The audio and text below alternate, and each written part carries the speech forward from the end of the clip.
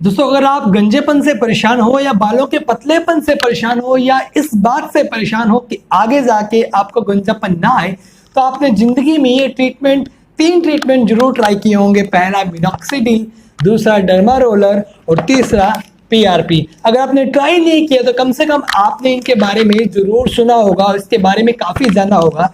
लेकिन आपको कहीं ना कहीं ये कंफ्यूजन रहती होगी कि हेयर फॉल को रोकने में या बालों को घना करने में कौन सा ट्रीटमेंट सबसे ज्यादा कारगर है, पीआरपी, मिनॉक्सिडिल या डर्मा रोलर, और इनमें से कौन सा ट्रीटमेंट आपको आजमाना चाहिए। क्योंकि तीनों ट्रीटमेंट एक साथ आजमाने से पैसों की काफी दिक्कत आती है, क्योंकि तीनों एक साथ आजमाने से महंगा ट्रीटमेंट साबित हो सकता है आप सबके लिए। तो सब लोगों को एक साथ सारा ट्रीटमेंट ट्राई करना पॉसिबल नहीं होता। आज की इस वीडियो में मैं बात करूंगा तीनों ट्रीटमेंट्स के शॉर्ट तरीके से इफेक्टिवनेस की बात करूंगा कि कौन सा ट्रीटमेंट किस पे ज्यादा हैवी है, किस ट्रीटमेंट का क्या क्या ड्रॉबैक्स है और आपको क्या ट्रीटमेंट आजमाना चाहिए। तो आज की वीडियो बहुत इंपॉर्टेंट है। अगर आप डर्मा रोलर, पीआरपी या फिर मिनॉक्सिडिल के बारे में कंप्लीट जानना चाहते हो, शॉर्ट सी वीडियो में पूरी इंफॉर्मेशन इस वीडियो में आपको मिल जाएगी। और अभी तक आपने हमारा चैनल सब्सक्राइब नहीं किया तो प्लीज़ चैनल को कर दीजिए सब्सक्राइब, क्योंकि बाद में आप वीडियो की भावनाओं में बह जाओगे। इसलिए अभी से सब्सक्राइब करके लाइक और शेयर का बटन जरूर प्रेस कीजिए बाद में, अगर आपको वीडियो पसंद आए तो चलिए फिर आज की वीडियो शुरू कर लेते हैं।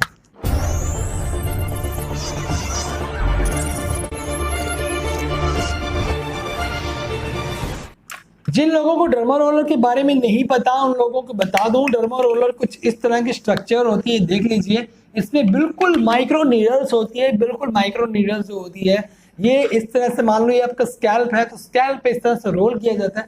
मैं इस पे ज्यादा बेटर समझा पाऊंगा। मान लो ये आपका स्कैल्प है तो स्कैल्प पे इस तरह से रोल किया जाता है। रोल करने से, माइक्रो नीडल्स होने से वहां पे ब्लड सप्लाई इंक्रीज हो जाती है। इंक्रीज होने से जो न्यू हेयर्स है, जो जिसकी ग्रोथ रुक गई है, उनकी जो ग्रोथ है शुरू हो जाती है। इसके अलावा इसके बाद जो आप मेडिसिन अप्लाई करते हो, ऑयल, शैम्पू या कोई भी मेडिसिन अप्लाई करते हो तो उसका एब्जॉर्प्शन बढ़ जाता है।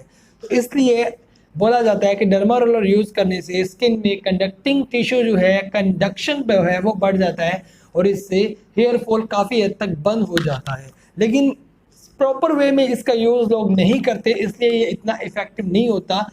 पेशेंट क्या करते हैं, ऑनलाइन ऑर्डर करके घर पे डायरेक्ट इसको अप्लाई करते हैं, जबकि डायरेक्ट अप्लाई ऐसा नहीं करना होता, इसको थोड़ा सा फोर्सफुली अप्लाई करना है ताकि नीडल्स स्कैल्प में इंजेक्ट हो। और जब नीडल्स स्कैल्प में इंजेक्ट होगी, इसमें 180 नीडल्स है, 550 नीडल्स वाला भी आता है।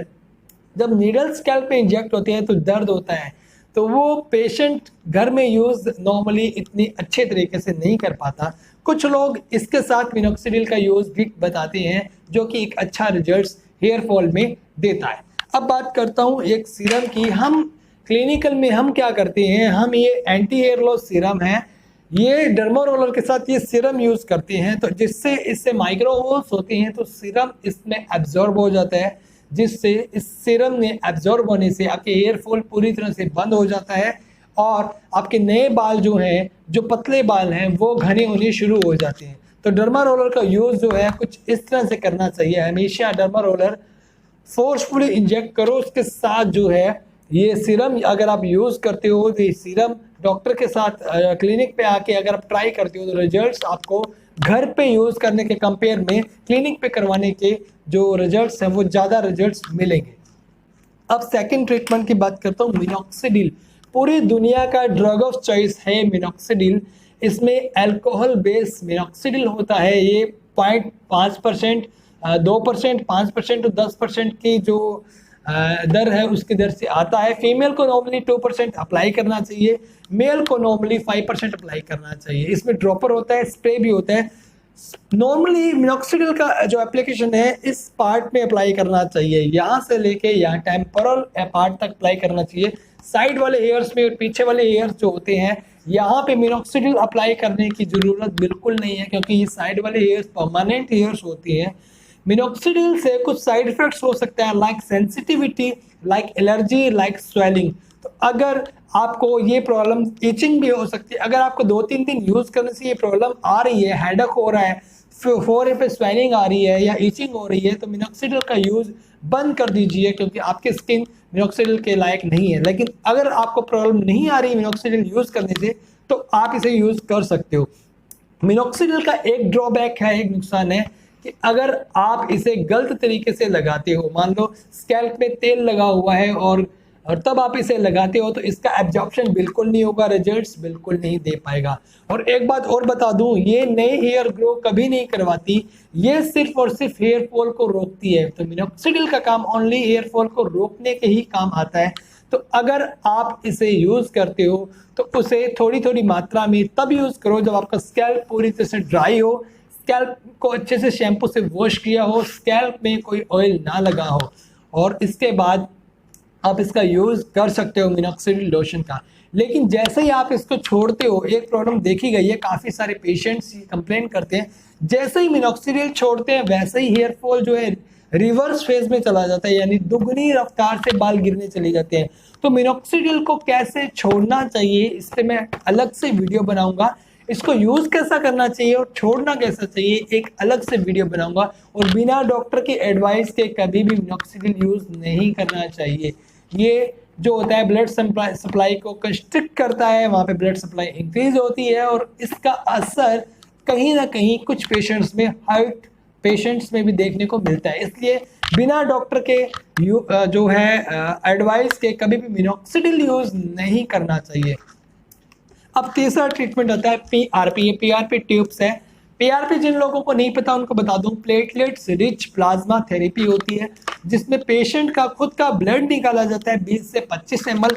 उसके बाद उस ब्लड को इस ट्यूब में कलेक्ट किया जाता है। उसके बाद सेंट्रीफ्यूज जो मशीन है उसमें डाल के इसकी 3 लेयर बन जाती है। नीचे जो होता है वो आरबीसीज होती है, 20 की लेयर होती है पीआरपी यानी प्लेटलेट्स रिच प्लाज्मा, और ऊपर की होती है पीआर जो प्लेटलेट्स पुअर प्लाज्मा। ऊपर की लेयर प्लेटलेट्स पुअर प्लाज्मा और सबसे ऊपर की लेयर उसमें डायरेक्ट प्लाज्मा होता है। तो जो पीआरपी होता है उस लेयर को निकालने के बाद उसे जो है इंसुलिन सिरिंज में फिलअप कर लिया जाता है और उसको स्कैल्प में जहाँ जहाँ आपके गंजापन है, जहाँ जहाँ आपके बाल थिनिंग है, जहाँ जहाँ आपके बाल झड़ रहे हैं, इंसुलिन सिरिंज से इस पार्ट को सुन करके या कई बार बिना सुन किए ही वो आपकी स्कैल्प की जड़ों में डाल दिया जाता है। वो पीआरपी डर्मल पेपिला में जाके वहाँ की ग्रोथ को एक्टिवेट कर देता है, क्योंकि पीआरपी में स्टेम सेल्स होते हैं और उन स्टेम सेल्स में ग्रोथ फैक्टर होते हैं। अब वो नए बाल तो ग्रो नहीं करेगा, लेकिन जो मिनिट्राइजेशन प्रोसेस में बाल बारीक हो रहे हैं, थिन हो रहे हैं, पतले हो रहे हैं, उनको वो जो है वापस जो है थिक प्रोसेस में शुरू कर देगा। यानी मिनिट्राइजेशन की प्रोसेस जो होती है मोटे बाल से थिनिंग हेयर्स में जाती है, कुछ इस तरह से प्रोसेस होती है, उसको वो रिवर्स कर देगा, यानी पतले बालों को घना करना शुरू कर देगा। तो पीआरपी की जो सक्सेस रेट है, ग्रोथ रेट है, वो सब में एक जैसी नहीं होती, क्योंकि हर पेशेंट में अलग अलग स्टेम सेल्स होती है और वो डिपेंड करती है उनकी प्लेटलेट्स काउंटिंग पे। तो जिनकी प्लेटलेट्स काउंटिंग जितनी अच्छी और हेल्दी होती है उसमें पीआरपी उतना ज़्यादा इफेक्टिव होता है। 100 में से 70% पेशेंट्स में पीआरपी बहुत ज़्यादा इफेक्टिव देखने को मिली है, लेकिन इसका कोई साइड इफेक्ट नहीं होता, क्योंकि पेशेंट का खुद का ब्लड निकाला जाता है, खुद की स्टेम सेल्स ही डाली जाती है।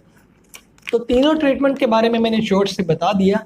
अगर हेयर फॉल है बहुत ज़्यादा तो ये ट्रीटमेंट सबसे बेस्ट है।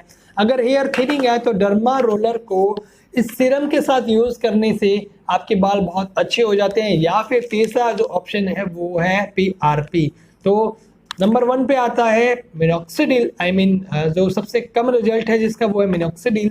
दूसरे नंबर पे जिसका कम रिजल्ट है, मिनॉक्सिडिल से ज़्यादा रिजल्ट है लेकिन पीआरपी से कम रिजल्ट है, वो है डर्मा रोलर प्लस ये सीरम। और सबसे ज़्यादा सबसे बेस्ट ट्रीटमेंट है वो है पीआरपी ट्रीटमेंट्स। तो अब आपको आपकी सीवियरिटी के बेस पे आपको ये डिसाइड करना है कि आपको कौन सा ट्रीटमेंट लेना है। अगर आपके हेयर फॉल जस्ट अभी शुरू ही हुए हैं तो डॉक्टर आपको मिनॉक्सिडिल ही एडवाइस करेगा, डायरेक्ट पीआरपी एडवाइस नहीं करेगा।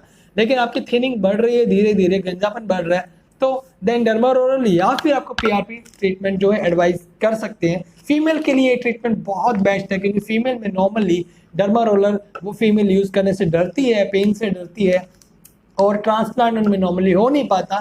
तो पीआरपी सबसे बेस्ट फीमेल में है। तो अब मैं बात करूं कॉस्ट की, तो मिनॉक्सिडिल नॉर्मली 500 से 600 रुपए की कॉस्ट का आ जाता है। डर्मा रोलर अच्छे क्वालिटी का 300 से लेके 500 रुपए का आ जाता है। और ये सीरम जो है, जो मैंने दिखाया था, ये बहुत ही कॉस्टली है। ये सीरम 2500 रुपए का है, लेकिन इस सीरम की क्वांटिटी बहुत ही कम यूज करनी पड़ती है। एक बार लेने के बाद आपको घर पे इसे यूज करनी नहीं चाहिए, डॉक्टर के पास यूज करनी चाहिए। और पीआरपी की जो कॉस्ट है वो एक महीने की लगभग 2500 से 3000 के बीच है। तो ये भी आपका एक महीने चलता है।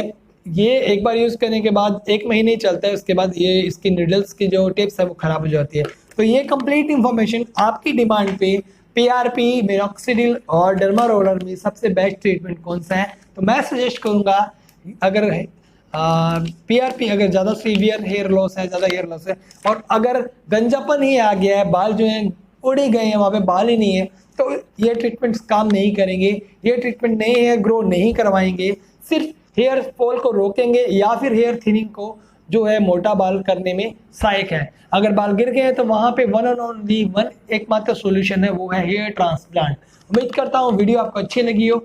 अच्छी लगे तो लाइक कर दीजिए, शेयर कीजिए, कमेंट कीजिए। आपके क्वेश्चंस मुझे कमेंट कीजिए, मैं आपके क्वेश्चंस पे बनाऊंगा वीडियो। मिलूंगा नई वीडियो के साथ। Till then keep loving, keep watching, love you all, thank you so much.